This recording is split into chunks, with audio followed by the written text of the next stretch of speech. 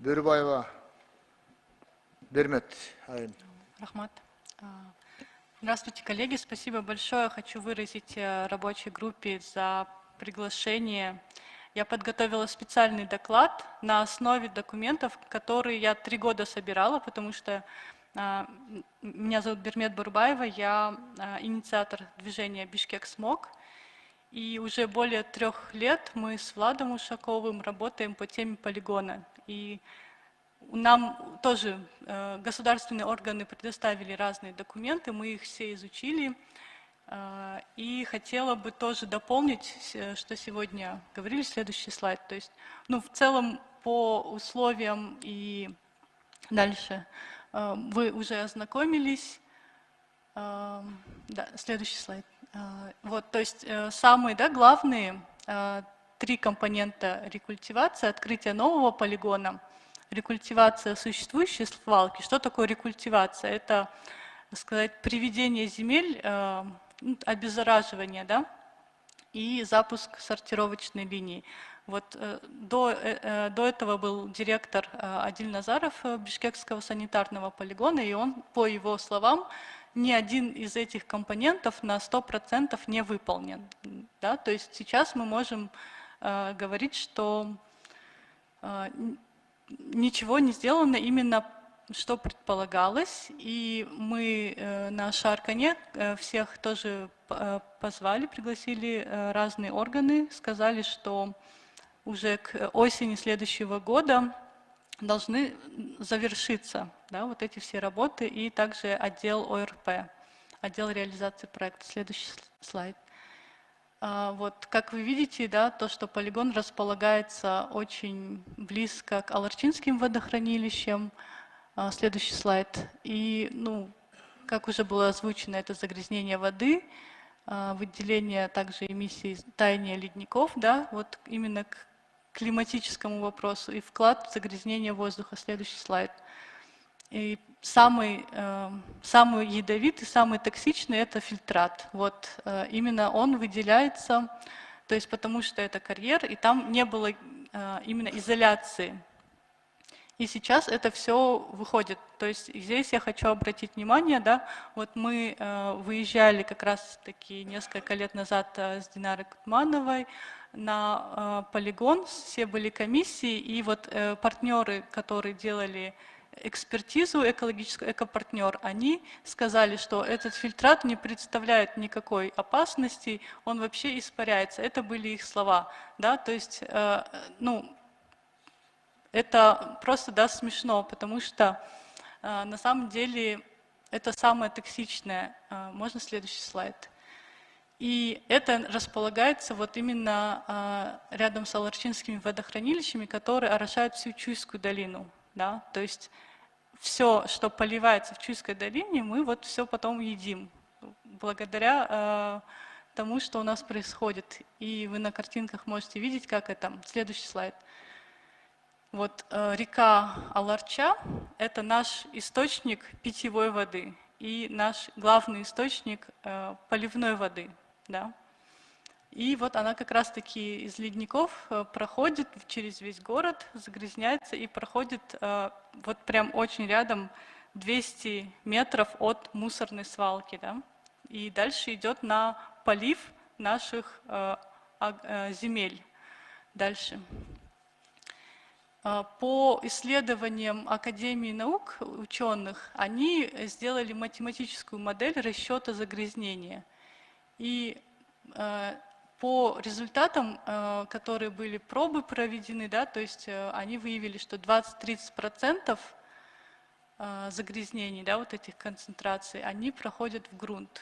То есть мы не должны ждать, когда там закончится вообще. Вот, по проекту рекультивация должна быть, и как Динара Сина Кутманова сказала, что не было заложено денег на фильтрат, хотя должны были.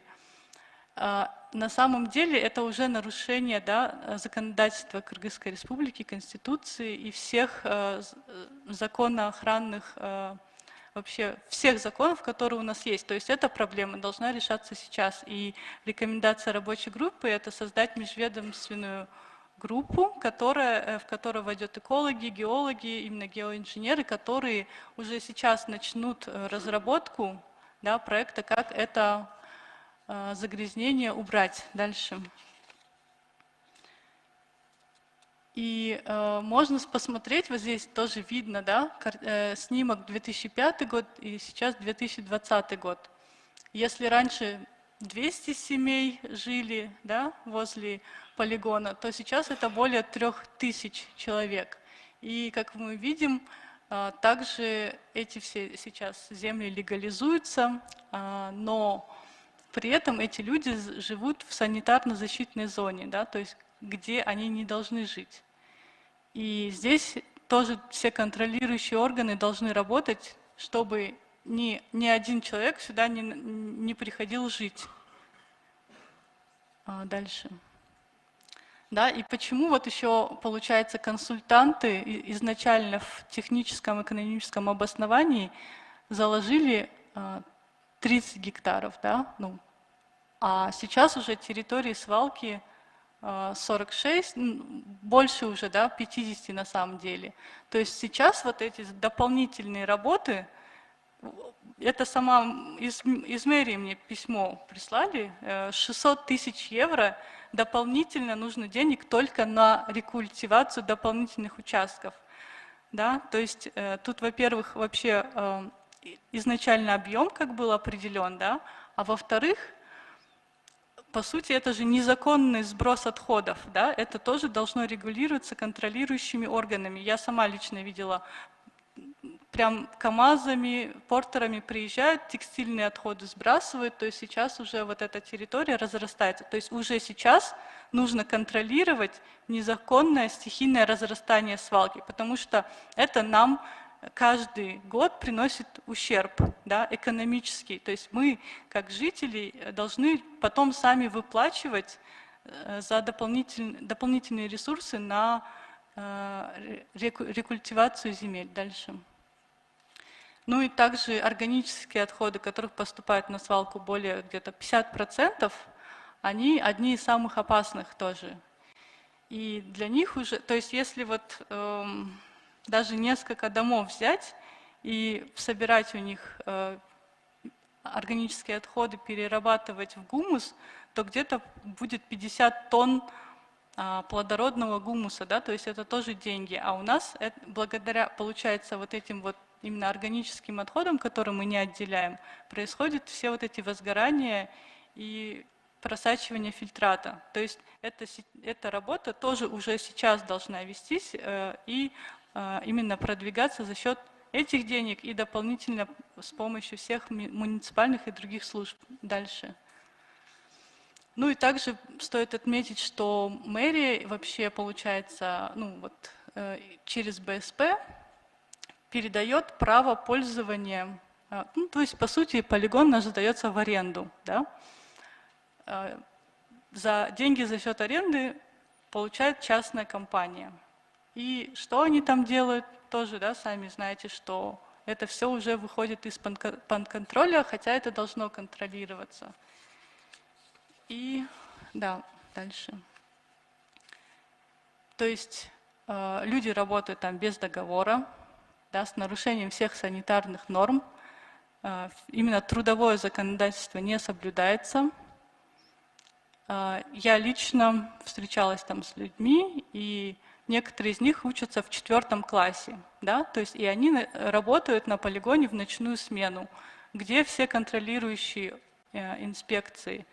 4-классница мне говорит, я вот пойду ночью работать на полигоне, собирать пластик. И это, получается, сдается, да, вот в аренду. То есть службы, которые сдают в аренду, должны не только деньги получать за это, но и контролировать работу подрядчика. Дальше. Вот и на основе также проанализированных всех документов, да, ну вообще можно сказать, что вот наша свалка, получается, это единственное место, куда легально мы можем свозить отходы, да. И поэтому нам нужно это дело срочно решать. Также хотелось отметить, что ну вот именно когда рекультивация, вообще проект начинался, был именно принят закон ратификации.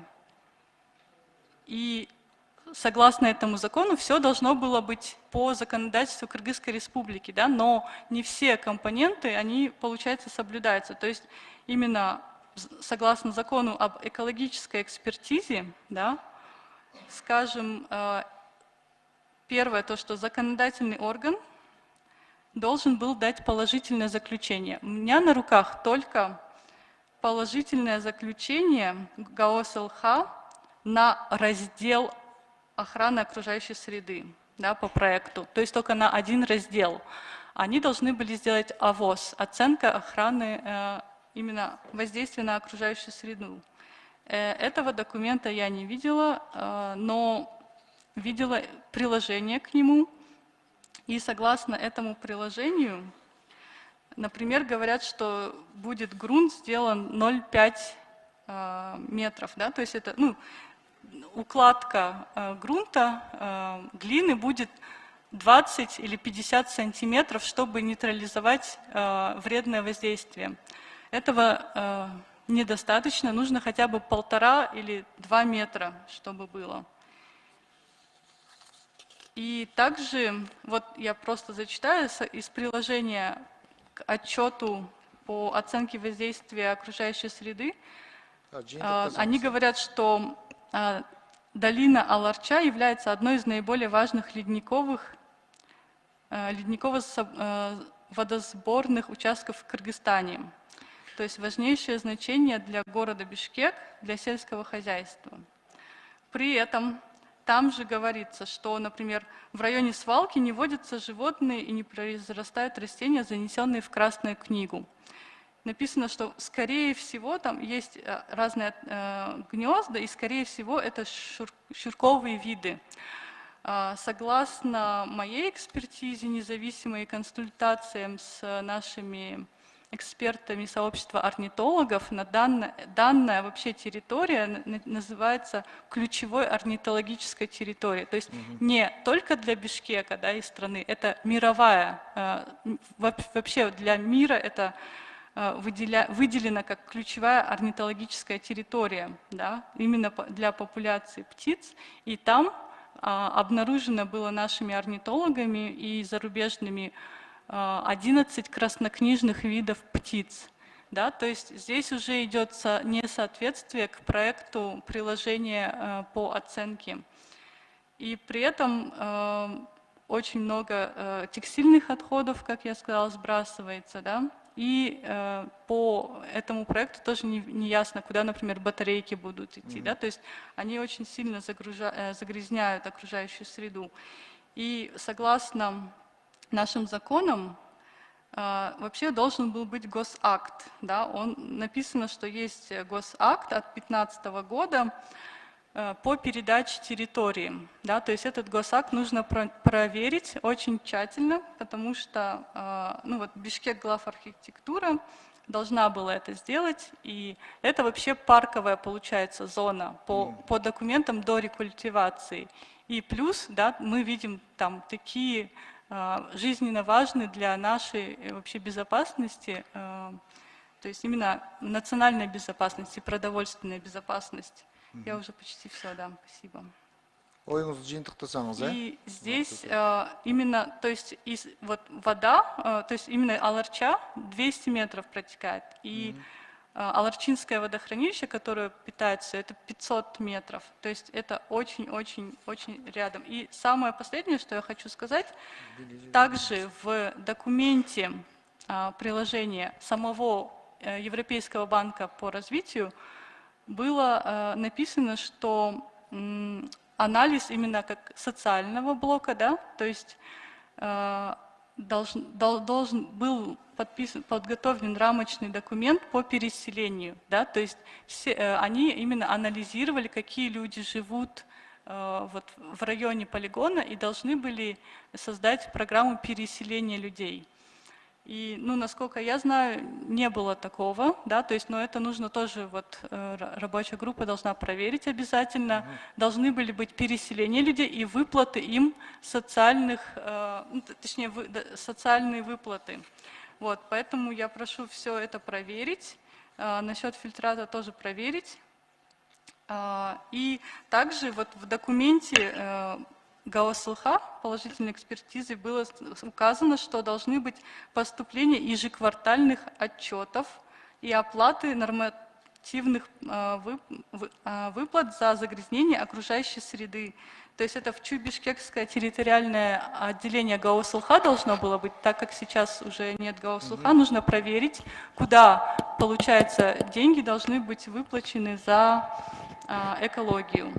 И также проконтролировать, как эти все службы переселяли людей. Да? То есть это тоже есть по проекту ЕБРР.